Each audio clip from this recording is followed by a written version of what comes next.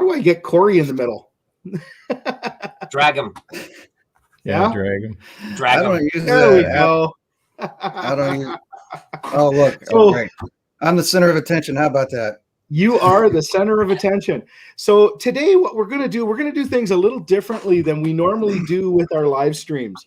What I decided we would do this time, and Dave, we haven't had really much time to chat about it, so just go with it. All right. We're going to start off with a bit of a lightning round here, and we'll ask a bunch of speed questions, okay? Or I'm going to ask a bunch of speed questions. And we'll start with you, Corey, and then we'll go to Wayne, me, and then Dave. How does that sound? But we'll always start with you. I think somebody's got their YouTube still on because I hear an echo. Somebody got YouTube on? They haven't muted YouTube yet.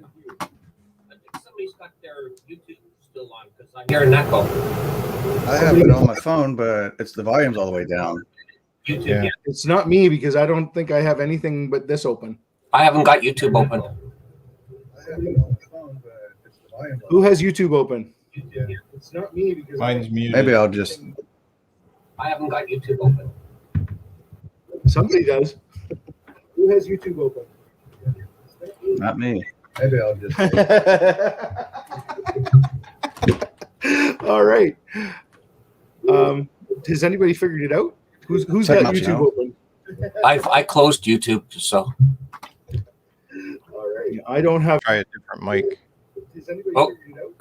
Who's got YouTube? there's Kevin's gone. Our host. There you go. Okay. This is working out well.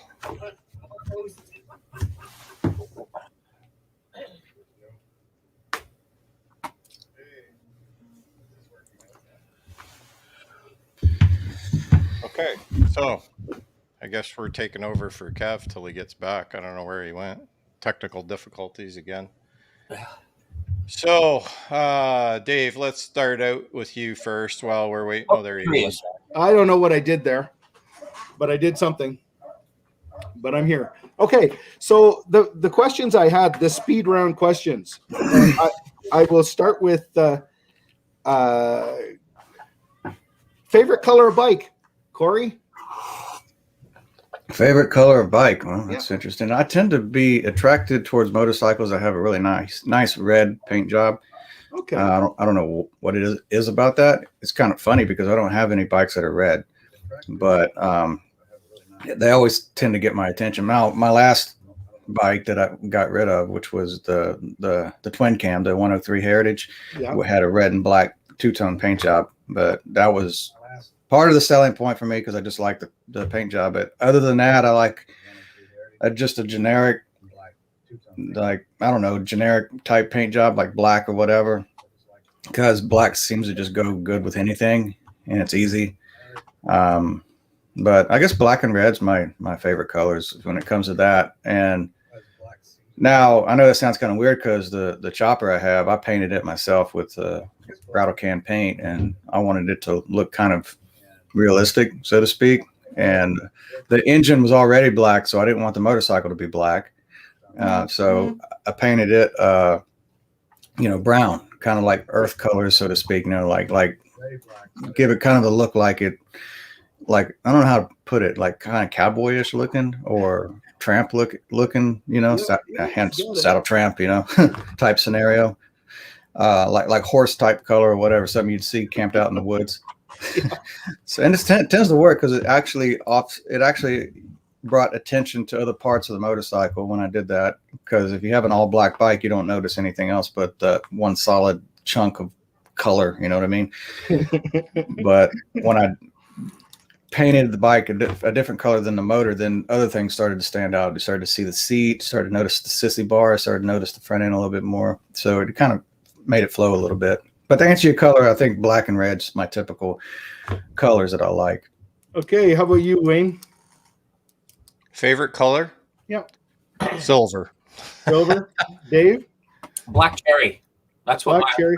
That's what my street glide is. So I picked that over the Black Streak guides at the time. So, and you know what? I think I have to admit that I have got this love for white bikes. I like white, and I like ones with really deep colors. Like I like blue, and I like red with like candy red. I like candy red, but those are the ones I like. Okay, these are speed questions, Corey. Uh-huh. What's a speed question? Quick answer. Oh, quick answer. Okay. I've got it. Forgive me if I get on a rabbit trail with you go down the hole, do you? Okay. Yeah, forgive me if I get on a rabbit trail. I just don't like giving bumper sticker answers because I like to give them a reason for my answer. But I'll try not to get too deep. This is just for these ones. I got long questions for you too. Corey, you're the host. You'll never get in trouble, or you're the guest. You'll never get in trouble here.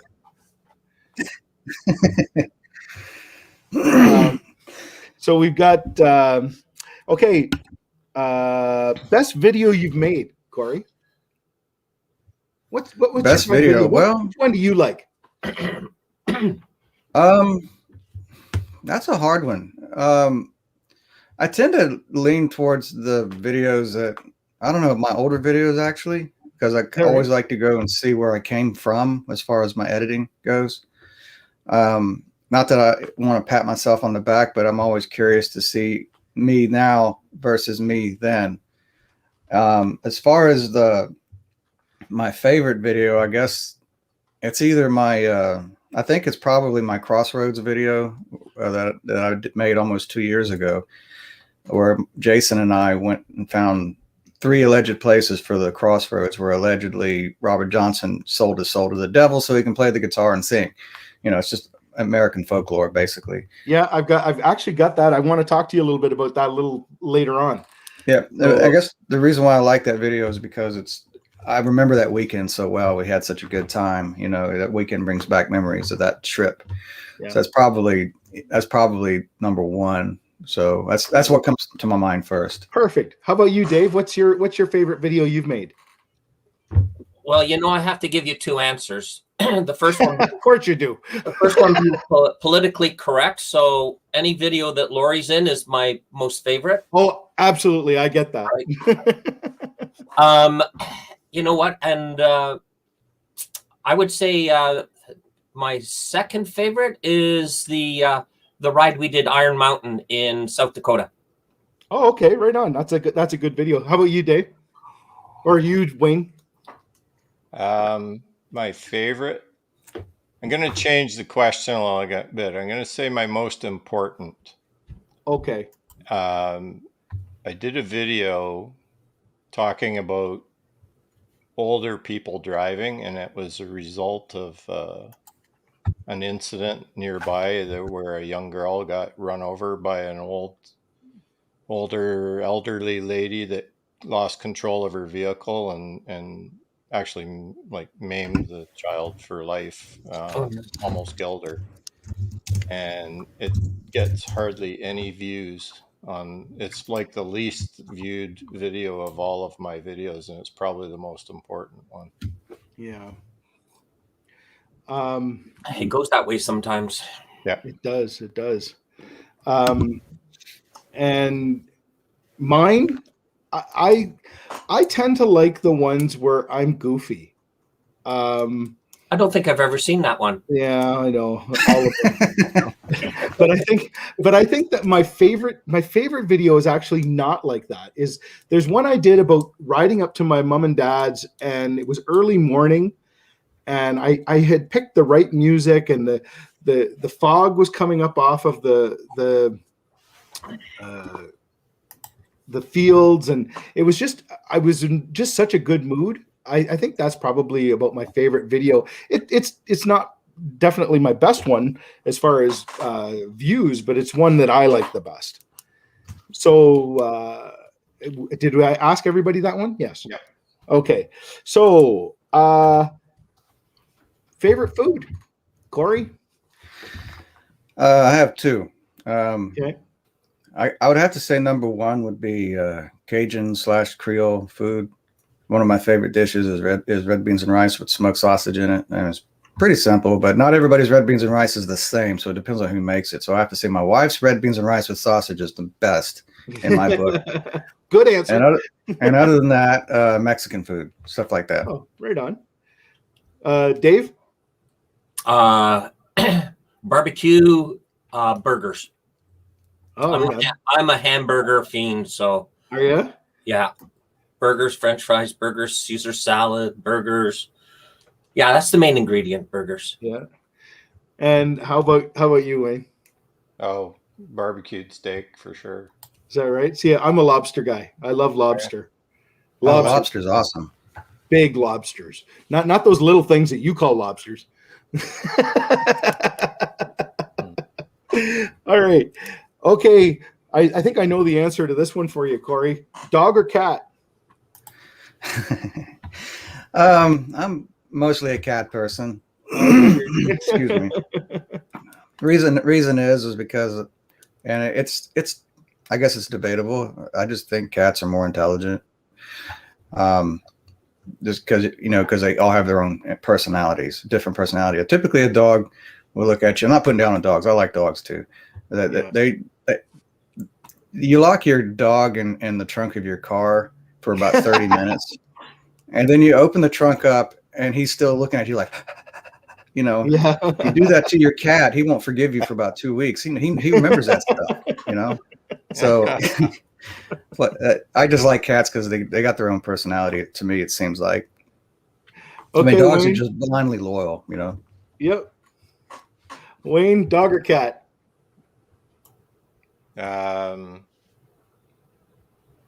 Dog, I guess. Somebody else's dog. I don't like looking after anything. So I've got Roland Keith here too. He's hanging out. I've got him. He's in the back room. We might talk to him a little bit later. Hang in there, Rolly. So and you, Dave, I think I know the answer. You know what? We have both. We have a cat, which we first got when we moved into this house. But we also have a 1-year-old German Shepherd. But I grew up with Shepherds, so I'm going to go for dogs. Okay. Yeah, I'd say dogs too. What's the first street bike you owned, Corey? My first street bike was a excuse me, I'm still waking up, I guess. My first street bike was a 1998 Honda Shadow 1100 Ace. It was a cruising bike. Oh, nice bike. I like them. Yeah, you had to keep them running. If you let them sit for a while, I let that thing sit for a while, like 6 months or whatever. It was pretty tedious trying to get the carburetors cleaned and synced. I was gonna say the carbs on those things or something, eh? Yeah. What about you, Dave? What's your first bike? It was Honda CB350, but it was in pieces, so really didn't do too well on the road. So I think the first dependable one was a Honda Magna P45. Oh, nice. And you, Wayne? 350 Honda. Yeah, for me it was a Honda 1984 Honda Interceptor, brand new. Oh wow, we're all Honda guys. That was my first one. If money was no object, what bike would you buy? Corey? I'm thinking. If money was no object, I'd probably go out. I'd go out and buy a Road Glide. Would you? That's really it. Yeah. I'll double that. Yeah. And I would buy a CVO, probably a CVO Ultra Limited. How about you? Street Glide. I like the Street Glides. Yeah. Oh, there we go. That was it. That was an easy one. Yeah. I thought that would be okay. Here's where did you grow up, Corey? I grew up in a little town called Long Beach in Mississippi, and I was born in West Virginia, the state of West Virginia, but my family moved down here in 1980, and been here ever since. So, I mean, basically the Mississippi Gulf Coast, because I consider anywhere from the 3 coastal counties home, really, no matter how many towns are in them. Yeah, cool. So I've got a little video I would like to show. And let me just see if I can find it, because when I went out there, it of course disappeared. So how do I do that again? Here we go. All right. I'm going to show this video clip. And A, B, C, D, E, F, G. Of course, I can't find it right now. There it is. All right. So I'm going to show this, and we'll talk about it after. Oh, wow. You got sound to work with it. I couldn't get... Yeah, that's an issue.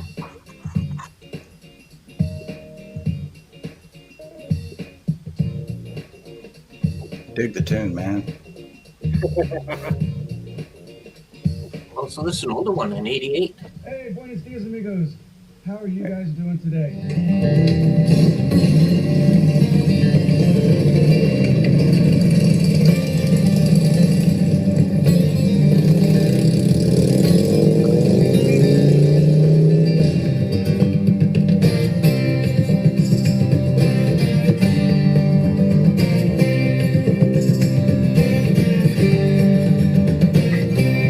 I love that view.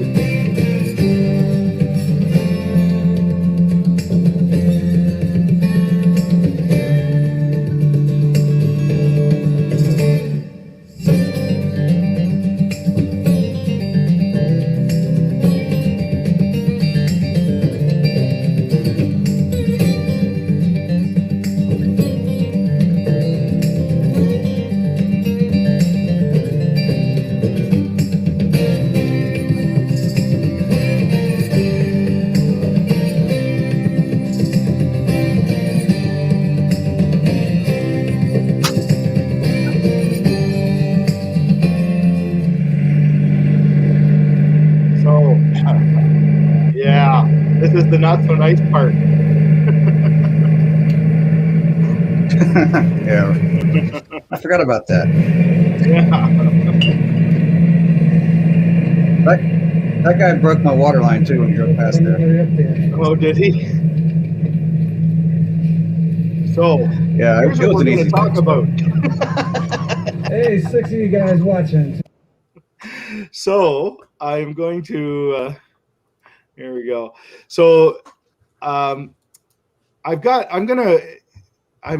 Roland Keith backstage here, and Roland has pulled me up a bunch of times on his live stream. I'm just gonna pull him up and let him join in on the conversation here. One of the things there you go. Hi, Roland.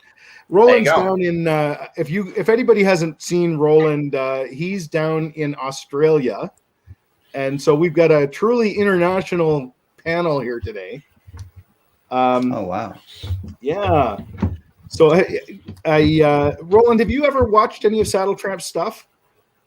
No, I don't think I have. Oh, he does some great things on his channel.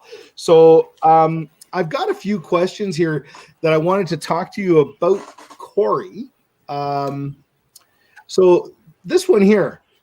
You do an awful lot of work on older bikes, and that's the one thing that I find really interesting with your channel. What bikes do you own? Well, excuse me. I own 1994 Heritage Softail Nostalgia. I have a 1998 Electroglide, and I have 1976 Ironhead Sportster that I'm kind of at a halt as far as building until my new garage gets built. And I also own the one and only famous the Tramp, the Sportster chopper that I call the Tramp that I built from the ground up. And as far as working on a lot of older bikes, I just really work on my bikes. They just happen to be older bikes, But yeah, that's what I got. That's cool. And I guess just as we go down the panel here, I have a Electric Glide Classic. It's the only one I have. Had a Honda Magna at the same time, but I sold that one.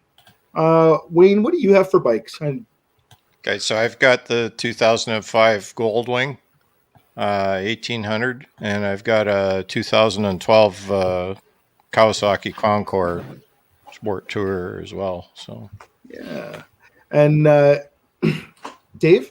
I just have the Street Glide. Well, there's another one in your barn, though. That's Lori's, and hers is a Softail Deluxe. So nice, yeah. So we both ride.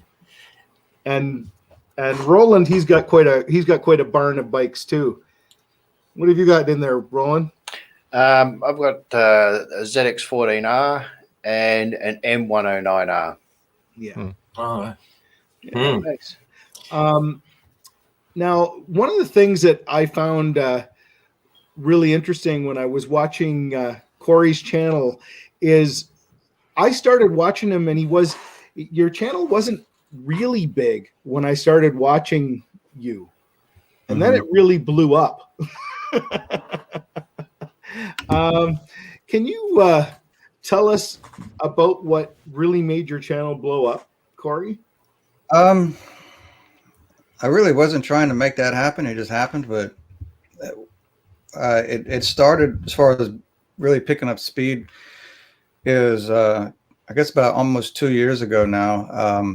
I was just, my channel was only had like 400 subscribers, more or less, something like that. And at that time, I was looking to get another bike, and I was really, really wanting an Evo Softail, or an Evo or whatever. But I was really looking at an Evo Heritage. I really wanted to get one of those. I've always wanted one of those ever since I wanted a Harley. And back when I had Honda, and I always ended up with something else.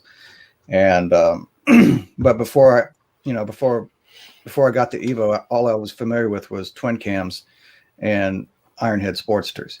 And after I got my Heritage, my 103 twin cam Heritage, it was a 2012. After I got it sold, not sold, but after I got it paid off, I was trying to sell it so that I can go and buy, an Evo Heritage Softail, and I couldn't get anybody to buy it, or no bites on it. And I guess because the market wasn't too good at the time, and so I thought, well, I have something here that somebody out there can't refuse. So I would look on Facebook Marketplace, and I would find somebody who had an Evo Heritage Softail for sale, and I would message them and say, would you like to trade that for a 2012 Heritage Softail, 103 twin cam? And after the third try or fourth try, I got somebody to bite, and it took like a week in communication, because the guy didn't really believe me. It kind of sounded like spam, which I don't blame the guy.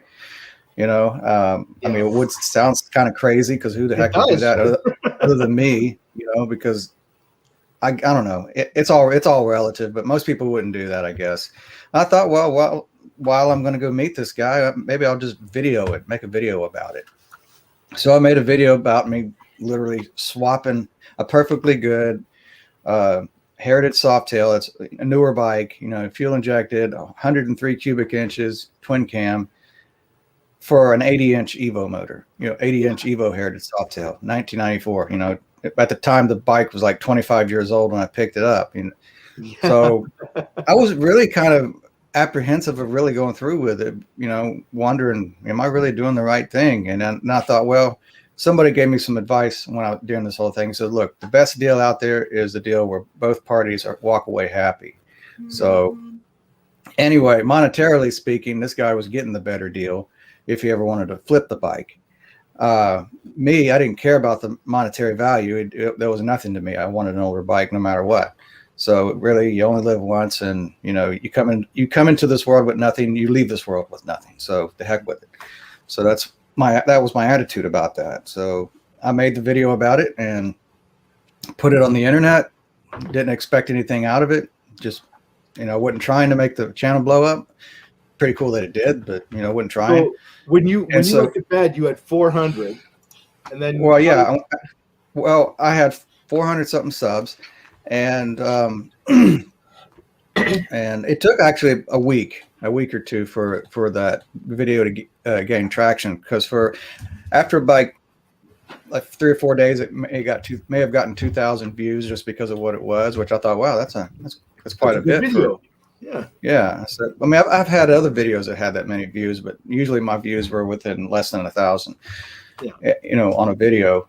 But after about 2 weeks, my phone blew up with YouTube notifications while I was at work, and all these comments coming in about, and I didn't know what the comments were for, because that's never happened to me before. I mean, my phone would not stop blowing up. And I looked at my YouTube, and I happened to see my subscriber count, and all of a sudden I'm over 1,000 subs, when yesterday I was like right at 400. And then for about 2 weeks, I was getting like 1,000 subs a day, and around that number. Yeah. So in about 2 weeks, I ended up with about 8,000 or 9,000 subscribers, and then it slowed down. And then I just would just get a steady flow of subs, maybe 100 subs a week, or something like that. And anyway, that's just what happened. And then I just started posting videos, more of it. Basically, it gave me an incentive to actually take the channel seriously, because all of a sudden I've got this audience, and I'm thinking, well, shoot. I mean, I got this big audience. Yeah, now I got an incentive to be real consistent, because it was just a hobby. It still is a hobby, but that's how that went, So as I was doing that, as I was making more videos, I got better with my editing and people like that, I guess. I don't know. Some people hate my editing. They think it's too movie-like, but I try to make videos. I like what you do. I find that what you do is you put a lot of effort into it. And what you've always, your tagline is that you'll always put up something that's interesting. That's the thing. I don't know if it is interesting. It may be interesting to somebody else, but it is. It is. It is. Yeah. So, well, thank you. So this is a question I'm going to pose to all of us here, and I think it's probably going to have a similar answer. But I'll start with you, Corey. What's the best part of YouTube? The best part of YouTube? I never really thought about it. Well, to me personally, the best part of YouTube is the people who comment, who, it's not an ego patent thing, but I feel like I'm helping people. I didn't have any idea that people were going to be helped through it. Because people put it like this, because I don't talk about current affairs or politics, or talk a little bit about my faiths, but that's very minimum. I'm not preaching. People come to the channel, and they, more than once I've been told that this one place they can come to and tune out the craziness that's going on in the world, because I don't talk about that stuff. Mm-hmm. And it's kind of like a ministry in a way for some, for some people. I didn't see that happening, but that's kind of cool. And it also gives me for me, it kind of gives me a sense of purpose other than just going to work, punch the clock, punch out, go home, eat, sleep, get up, do the same thing over again. So that's, to me, that's the best part of it. So Roland, what would be the best part for you? The connections, meeting good people like yourself, and a few that's in the chat that I know of as well. We're all fairly like-minded, and if you can hook up and make friends with fairly like-minded people, well, why not? And this is a medium that can allow to do it. Yeah. And Dave, what would you say? What's the best part of YouTube? It's being able to chat with like-minded people. I enjoy writing so much, and you can walk up to somebody that's got a motorcycle and strike up a conversation, find out where they've rode and that. So I really like the community that motorcycling brings. and YouTube is just an extension of that. The three of us are a prime example. We kind of met through YouTube, and now look, we're live streaming and we chat 2 or 3 times a week. So I really enjoy the camaraderie that biking and YouTube has provided us. Yeah, I would agree with that. How about you, Wayne? Well, everybody's stolen part of my answer, so I guess I'm going to come up with something a little bit different. But I'll say that YouTube, it brings more out of the people that are contributing. You get to see them. You get to know the people. Like I feel like I know Kevin and Dave and Roland. I've talked to them several times and over the past few months, and it's just it is the community, and it is the fun of it too.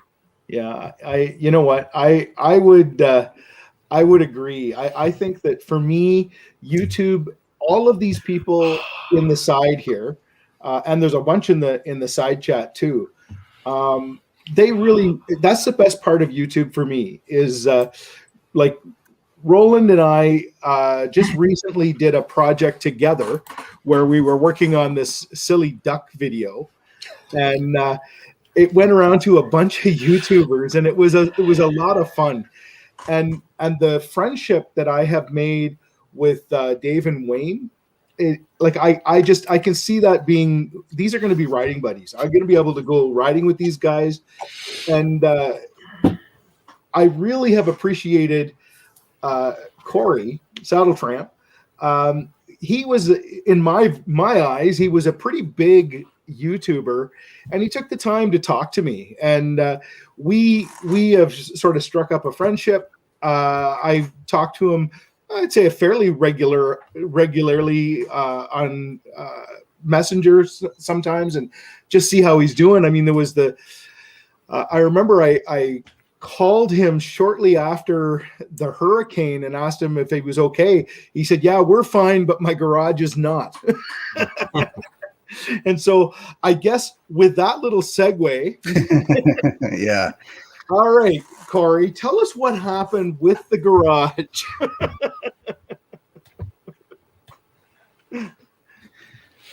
What happened with the garage? Yeah, what happened? Well, you had a hurricane. as most people. Yeah, we had a hurricane. Anyway, we had a hurricane that came through, and there was a tornado. I don't know if you guys know about hurricanes, but the bad thing about hurricanes is, next to the flooding, is that they put out a tremendous amount of tornadoes, and they just happen. They touch down and go back up in the sky. It's not like a tornado from the Midwest where it travels for several miles or whatever. Right. And the evidence was across the street, how all the pine trees were snapped off, twisted at the same level. There was a section there. So the winds from that caused my neighbor's oak tree to come crashing down on top of my garage and demolished it.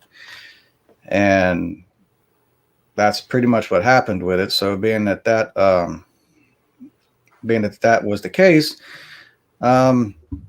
I had a good friend, an acquaintance, I guess, a guy that I went to school with. We never hung out, but he's been following me on Facebook, and he'd been following the YouTube channel. I didn't know about that.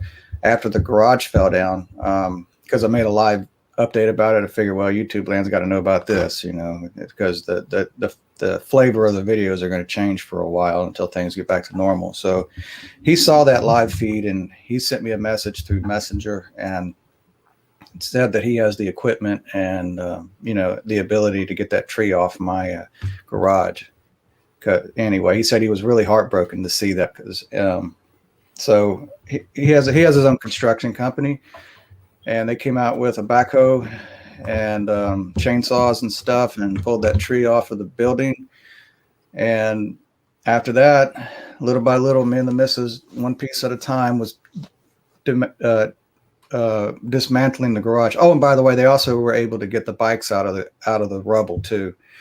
So you have a lot of parts like you've done a number of videos with the garage. I love that garage because it was like the kind of classic, classic biker garage where you had parts all over the wall and lots of parts around. And it was did you find all your parts, and was there a lot of stuff damaged, or was it okay? Really, the only thing that was damaged next to the garage, my Softail was damaged. It had actually not just the Softail. I found out later on. Anyway, I made a video about the dent on my fender getting fixed, about that, because of course the roof caving in and parts and pieces of a building flying everywhere during the collapse. It kind of beat up the Softail a little bit. It got a big dent on the back side of the headlight bucket and on the fender, and a few dings on the forks, but nothing serious. But I found out recently, actually just the other day, I was readjusting my handlebars on the Electra Glide, because I didn't like how low the handlebars were. It felt like they were in my lap. And so I'm getting myself a crash course on taking the fairing apart, just so I can get to the handlebar clamps. And I found that the bracket that holds on the left side, the bracket that holds the inner fairing was broken in two, and it's metal.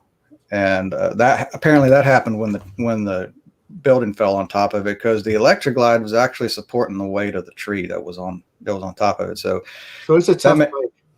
Yeah, it is. I was actually surprised I was able to weld that bracket back together without burning up any wires on the inside of that. So you talk about the Electra Glide. That raises another question. There's a video that you have made where you were giving a lot of guys a hard time about riding a girl's bike, and you called anything that was a bagger a girl's bike. How do you feel about that now, buddy?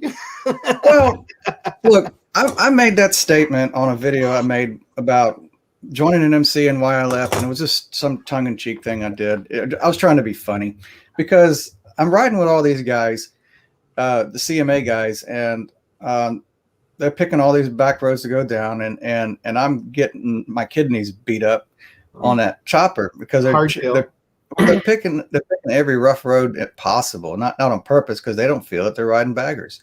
And so I'm like, I thought maybe, well, why is a bagger a man's bike and it calls Sportster a girl's bike? And I said, that doesn't make any sense. You got to be a real man to ride a Sportster. It doesn't even have to be a hardtail, You got to be a real man. You got to be a real man to ride a Sportster across the country and back. I mean, but you got to have the fairing and the cushy seat and air ride suspension, something that your wife might be more comfortable on. I think that's the girl's bike, But I was just trying to be funny. I don't really believe that, and I didn't realize that whenever you're on the internet and you have a following, not everybody's got the same sense of humor you do. Not everybody thinks the same way, and so some people were getting mad about that. In fact, one person was so resentful about it when I made the video about my garage falling down. This one guy said, that's what happens when you call a bagger a girl's bike. But, and I was, anyway, but I thought to myself, I would think that if me buying a freaking Electra Glide, a bagger, that would say, like, look, see, I bought one too. Oh, come on. Do you really think I believe it's a girl's bike? I'm just kidding. So, that raises there's a couple of questions I want to ask here. And I don't know which way. Well, you already sort of touched on it. How far is Narlands from where you are?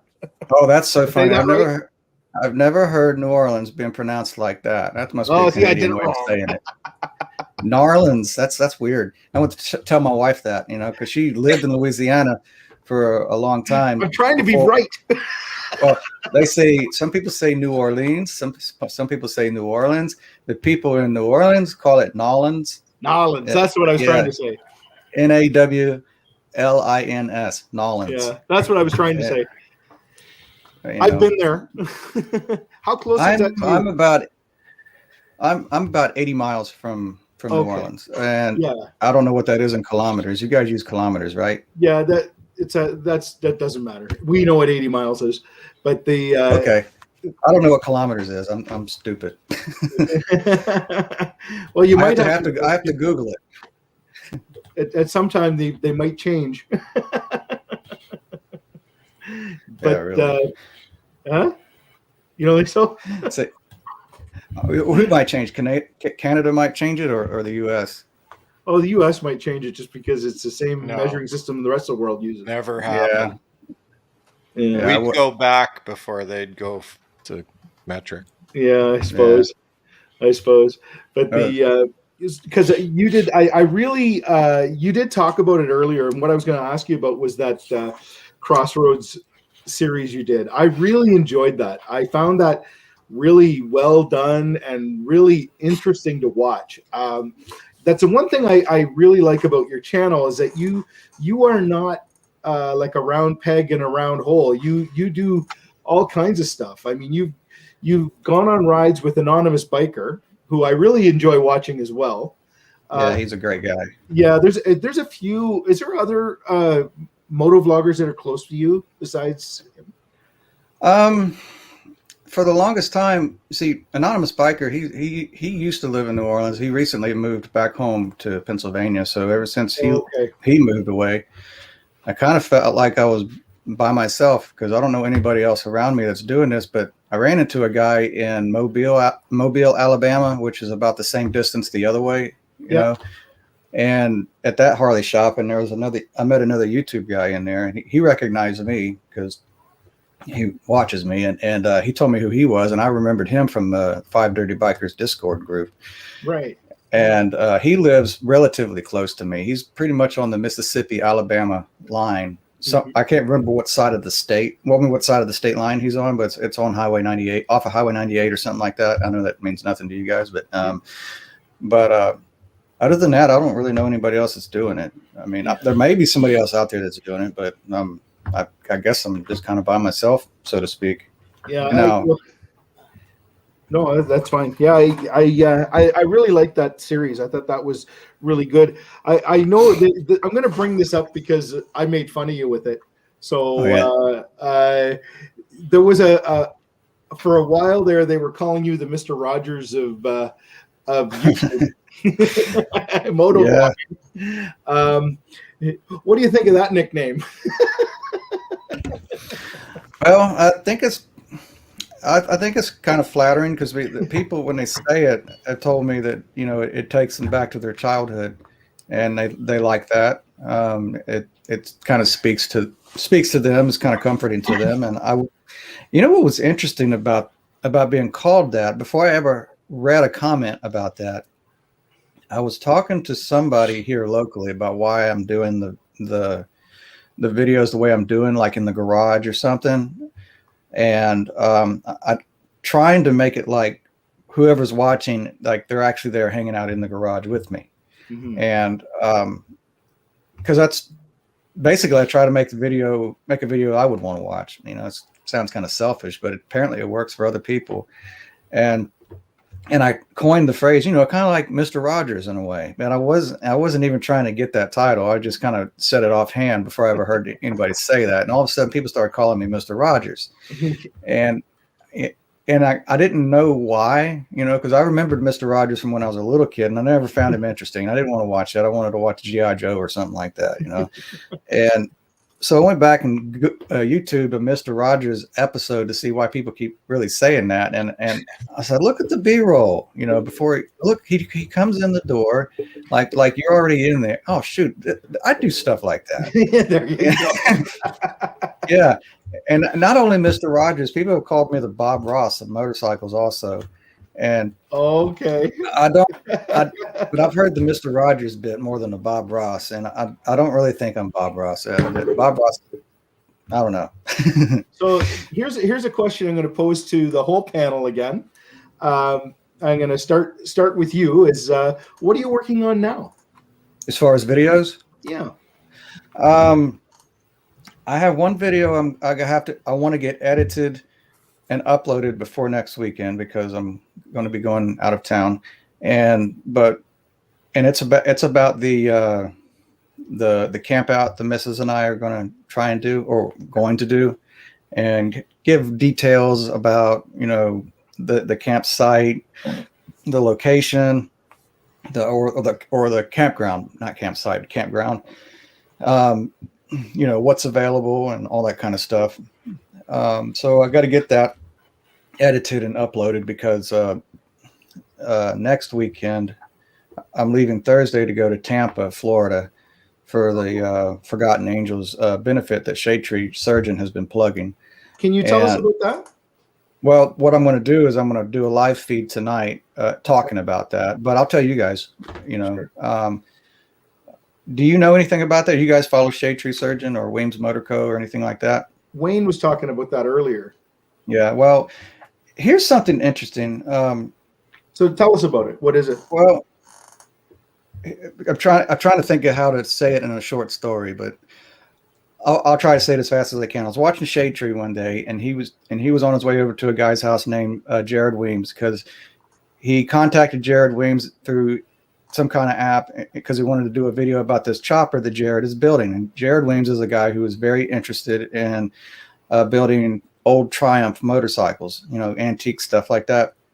And he was in the process of building a Dave Mann replica Triumph chopper. I mean, he was going off of a painting. And he made this chopper and did the paint job just like the bike that was in the painting. And Jared told Shade Tree the reason why he's building this chopper is for a benefit. He's going to have this motorcycle raffled off at a benefit for this ministry called the Forgotten Angels. And all the money that comes from the raffle of that motorcycle is going to go to the Forgotten Angels. And who the Forgotten Angels are, it's a ministry that takes in kids who have aged out of the foster care system, and they give them a place to live. And they own about 13 acres, and they take these portable buildings and they make them into little houses. And they put these kids in these houses, and they give them jobs. They teach them how to function in the real world, because once in the foster care system, once you become 18, they just kick you out on the street. So that's what that's about. And so I'm going to go down there for that.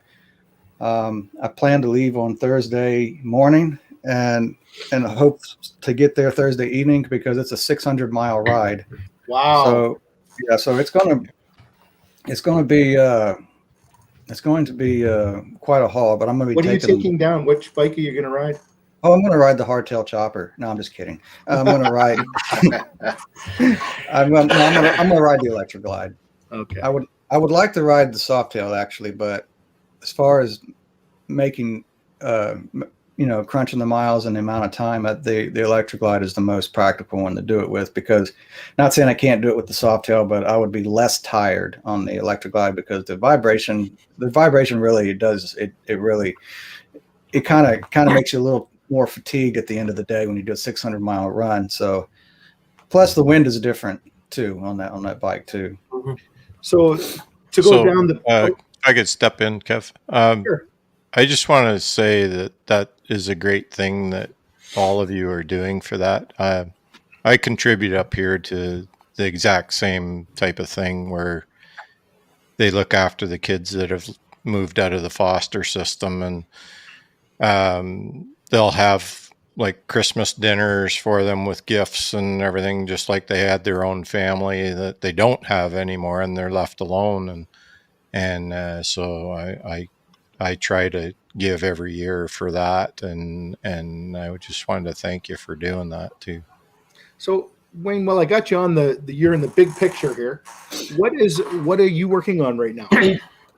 What am I working on right now? Yeah, well, your video. I've got the last of the Northern ride. It's pretty much probably be posted on YouTube today. Done a whole bunch of repair videos. I'm just going to cumulatively put it into one thing of what I did this winter, kind of expose of everything that I did with the bike. And I can't finish it because I've taken the bike up to the not local dealer, but an hour and a half drive to the dealer. I'm going to get the basically there's a problem with the brakes. It's dragging for some reason that I can't figure out. So I've taken it to the shop, and they're gonna go through it and see what's going on. I think the calipers need to be rebuilt. So that's going on, and I can't finish any of those other videos until I get the bike back to finish up the videos segments that I need. So yeah, I'm kind of like a whole bunch of stuff sticks in the fire, but nothing's finished yet. So Dave, what are you working on right now? You know what? I'm going to do a little bit different here, and I'm going to say thank you to Corey, because when I was searching out, to look at some of your past videos, I think I looked at your very first one, and that was you talking about your chopper, right? That you had bought. I don't know if you remember that. I didn't buy it. I built it. Oh, you built it. Okay. Yeah. So here, I'm just going to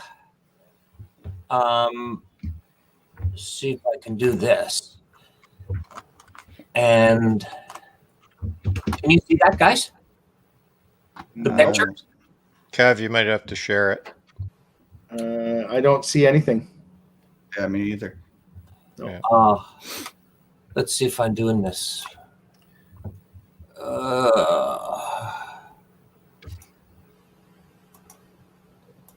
There. How's that? There it is. You see a picture? Oh yeah, I see that. So Corey, that's not me. That's my brother who's now passed. But Okay. that was a project. That was a 1,000cc Sportster Yeah. that he got and built it into a chopper, and he rode that thing around, and I would ride behind him because pretty much every ride he went on, something fell off the bike. It would come loose. It would fall off. He once told me he was riding along, and out of the corner of his eye, he saw something bounce off his toe, right? And then he looked up just in time to see this mirror spin around and fly off. And the thing that bounced off his toe was the bottom nut for the mirror. So anyway, when I saw the chopper that you had built, it brought me back to spending time with my brother, and that bike that he built, but I was there to lend a hand at that time. So thank you very much for that good memory. So Well, thank you. I'll pass it on to somebody else. So Roland, what are you working on right now? To be totally honest, absolutely nothing. Finishing off the duck video was the last thing I just did and squeezed in only night before last. So I'm on a blank page at the moment, and I'll have to put my head into it and see where what I come up with. It might be a drone video, a ride and I type thing, more than likely in another country town or something like that. So I really enjoy those rides that you take on your M109. Is that what it is? Yeah. And when you go along the shoreline. Oh yeah. You've done some. You have got some epic roads in Australia there to go riding on, and I really enjoy watching those. And you did a bunch of those, and I was really enjoying those. Yeah, being stuck inside, Yeah. But we've had just an incredibly shocking summer this year here in my state. Anyway, it's been quite cold and quite wet. We've had little spikes of good weather, but that's about it. And that's really inhibited a lot of riding time for me. Plus, like when has been a good day to ride, I've been flat out with work, and when I've been quiet, the weather's been absolutely rubbish. So yeah, it hasn't been a great season. Well, we are getting near the end here, and I'm going to bring Saddle Tramp back in here again, and we really would like to thank you so much for agreeing to do this, Corey. It's been awesome having you on here. The one question I was going to ask you is, what is the best road trip that you've taken? And I think you have talked a little bit about that with using your chopper. You've gone incredible distances riding that hardtail. Well, incredible relative to that motorcycle. Yeah. Now it's not like I rode to California and back on it. I didn't do that. But you went pretty damn far. But you know, I've taken it distances that most people wouldn't take a hardtail. Yeah. And really, it was just to see if I could do it, and to see also if it would make it too. It was kind of an adventure to use that bike, because you know, people, when you get on a motorcycle and you say you're going to go on a road trip and you talk about where you're going to go, and you're going to go there, you're going to go here, and then we're going to get back. I wanted to do it in the sense that let's see if I can make it, you know. And then when you finally get there, you're like, you know, I mean, I know that's not everybody's cup of tea, but it was fun to do it, because the longest trip I've taken it on is I've taken it to Central Texas from where I live. It's one way. It's about 650 miles, you know, to the hill country, and then you got to ride it back. And then the second longest trip I've taken it on was the Crossroads video, because that destination was 300 miles from my house. As far as the best trip, you know, that's just a whole nother flavor. The best trip to me that I like the most is, and I'd like to do it again one day, but I'd have to be unemployed to do it like I did that one time. But I was on the road for like 3.5 months, and not knowing where I was going to go. You know, I mean, I had a couple of destinations, but after that was over, those destinations were done. I was like, now where am I going to go? I don't feel like going home. Maybe I'll go here. Maybe I'll go there. You know, that kind of stuff. I was go ride with Scotty for a while. Yeah, really. But that was back in 2006, so it's been a long time. As far as being like having a domestic road trip, see what I just told you was an undomestic road trip, because you know, I didn't have a house, didn't have a wife, I didn't have a job, you know, it had nothing dictating where I had to be at a certain time. But my favorite domestic road trip, I'd have to say, is when the missus and I rode to California on my 103 Heritage Sawtail. And because that was the first time I'd ever seen the American West. I'd never seen the desert before. I'd never seen a lot of things out there before. And I learned how to take a road trip in the West, because take a road trip in the East in the United States, I don't know how it is in Canada, but you know, I've always been used to taking a road trip like you do 100 miles and you stop and get gas. You do 100 miles, you stop and get gas, you know, stretch a little bit. You can't do that out West. If you have 60 miles on your tank, or you know, and you see a gas station, it's a good idea to stop and top off, because it may be another 150 or 200 miles to the next gas station. And I almost learned that the hard way, which it was adventurous though. But because anyway, we took I-10 all the way to California, and then when we came home, we rode all the back roads through New Mexico, Arizona, and Texas, and there were some places where we were like, where in the world are we? You know, and then and they had that concept in your head like this, that, okay, I'm this many miles away from home, and I'm not going to make it home today. Tomorrow, I'm not going to make it home. I'm not going to make it home the day after that or the day after that. But I know if I keep going this way and just keep going this way, I'm going to end up where I'm going to end up. And eventually I'm going to end up where I want to end up.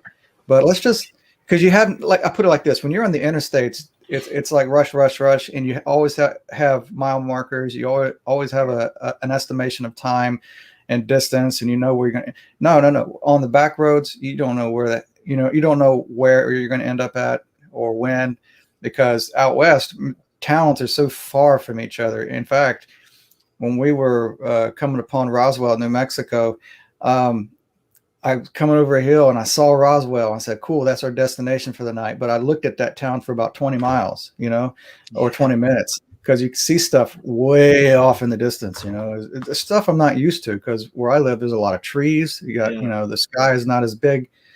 But that kind of stuff is just thrilling for me to do. Yeah. And I would love to do that more often. In fact, I hope one day, if the circumstances play out right, and maybe in a couple of years, I can take this channel on the road. Because I would really love to do that. It's really the whole meaning of the word Saddle Tramp to me. Yeah. But Saddle Tramp, like I said, I chose that name because I like to do that kind of stuff. So I know this is a long answer. I'm sorry. It's a great answer. You know what? This is all about you. Keep going, man. You're doing great. And you know what? I wanted to give you opportunity to talk a little bit about what you were doing. And I'm just thrilled that you came on our channel. Well, I'm just glad to be here. I'm glad you invited me. Yeah. Well, we've gotten to the end of our hour actually, and so I guess I just want to say a big huge thank you to Saddle Tramp and Dave, Wayne, and Roland for coming along here today. But yeah, I really enjoy the channel, and I know that a lot of people watch what it is you do. And I think you're doing great stuff. And just in your honor today, I have my Harley Davidson shirt from New Orleans. New Orleans, yeah. Yeah, Voodoo Harley Davidson, yeah. Yeah, I bought this when I was there, and so I made sure I had that one on today for your honor. I was going to wear my Mr. Rogers shirt, but it's in the laundry. I wondered if you would. Yeah, I was like, darn it. Oh well. So I'll just I'll just leave us to the other guys, and I have a question. Yeah, go ahead. Before you go, my question is, because I've watched a fair amount of your videos, I haven't got through all of them yet, but your subscribers, I just gonna give you an opportunity here. If you could say anything to your subscribers, what would it be?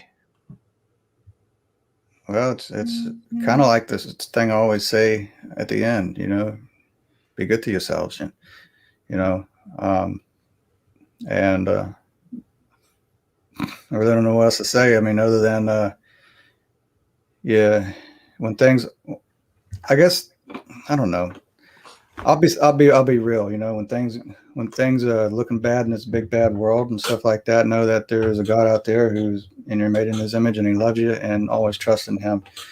And that's really the best thing you can do as far as being good to yourself, because everything in this world cannot satisfy the human soul ultimately, because we're always hungry for something bigger and better than ourselves. So I mean, because we have eternity stamped in our soul, and that's why in this world we're always looking for new hobbies or new things to get into, but everything is vain if you don't, without God, so that's the best, being good to yourself right there, because eternity is a long time.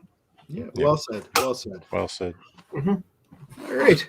Well, with that, we are going to. I think we're gonna end the live stream, and thank you everybody in the side chat for being here today. Great comments in there. Really appreciate that, and we'll see you guys next week. And next week, where's it going to be, guys? Am I doing it again, or who's up next? I'm up next. So Harley. All right. So Dave, it'll be at Dave's house next week. Yeah, and just so you know, I've got a couple of great guests coming on, and we're going to be diving into the Cabot Trail in Nova Scotia.